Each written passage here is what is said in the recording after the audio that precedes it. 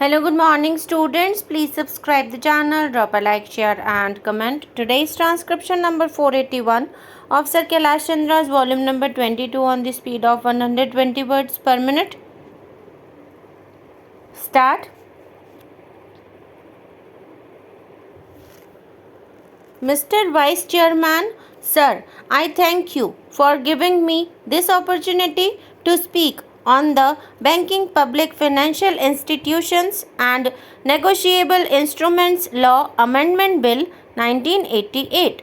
Sir, if we go back to the history, when the announcement was made by Srimati Indira Gandhi, our former Prime Minister, we had seen that there was opposition even from the congressmen against the progressive thinking, and they said that the banks should not be nationalized.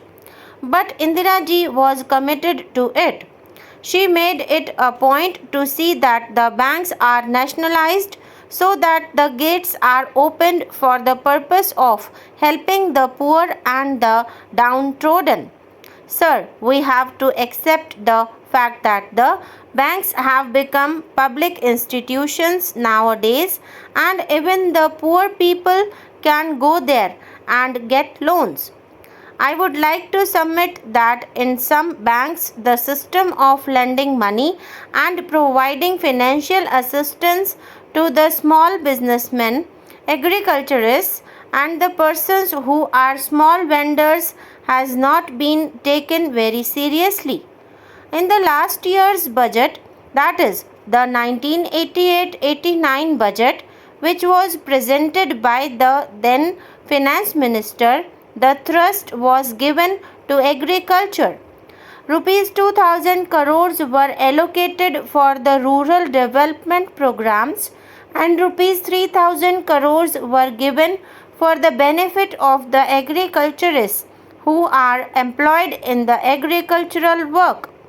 Sir, still I would like to say that the benefits have not reached them for the simple reason that the banks are looking at the agriculturists and also small businessmen and vendors as persons who will not be able to repay the amount. I would like to submit that the reality is that the big businessmen who have taken loans of crores and crores of rupees from the banks have not repaid the loans in time. There are several methods adopted by the banks to collect the money from the farmers who have taken the money for agricultural purposes. They collect from the sugar mills, they collect from the marketing societies, and from several places the money is collected from them. But the banks are treating the agriculturists as unwanted elements. That tendency among the bank officials should go.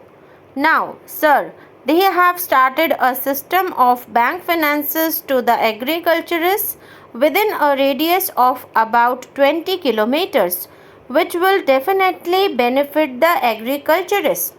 Sir, the other important aspect is that in spite of the deposits mounting, there is a system of paying commission to the promoters in which a lot of bungling is going on.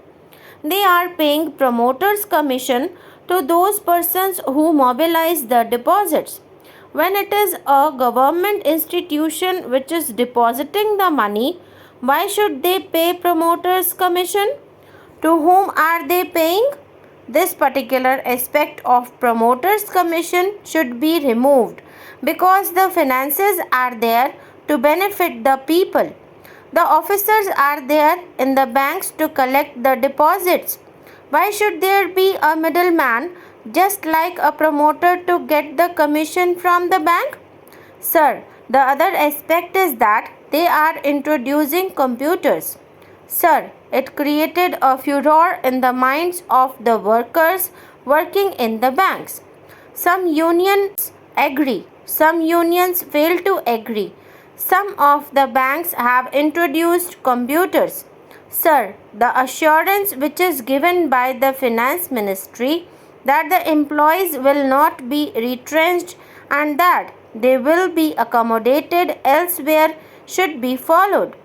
They should also find out the avenues for employing those persons in some allied works. They are opening new branches.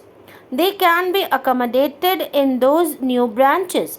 Sir, even in the rural areas, as the Honorable Member has just mentioned, the opening of a branch is not a discrete thing. When one Indian bank opens a branch in a particular village, immediately the State Bank goes there. The UCO Bank goes there. They do not apply their mind. They do not find out what will be the total business there. They should see to its viability while opening a branch.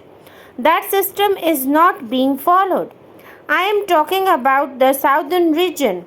The banks want to have a competition there. But the competition should be on the basis of population there and the area in which they are operating. But simply opening a branch without transacting any business will be a burden on the bank itself. Sir, about the appointment of directors, I would like to submit that in most of the banks, the directors have not been appointed for the past 2 or 3 years. It may have been due to various reasons. Representatives of the people should be definitely represented there. But in most of the banks, directors have not been appointed for 2 years or 3 years, and in some banks, their full strength is not there. Only a skeleton group of directors is functioning there. Sir, another important burning problem is misappropriation by bank officials. The fraud and misappropriation by bank officials run into lakhs and lakhs of rupees, which is a burden on the banks, and these amounts have been misappropriated by them.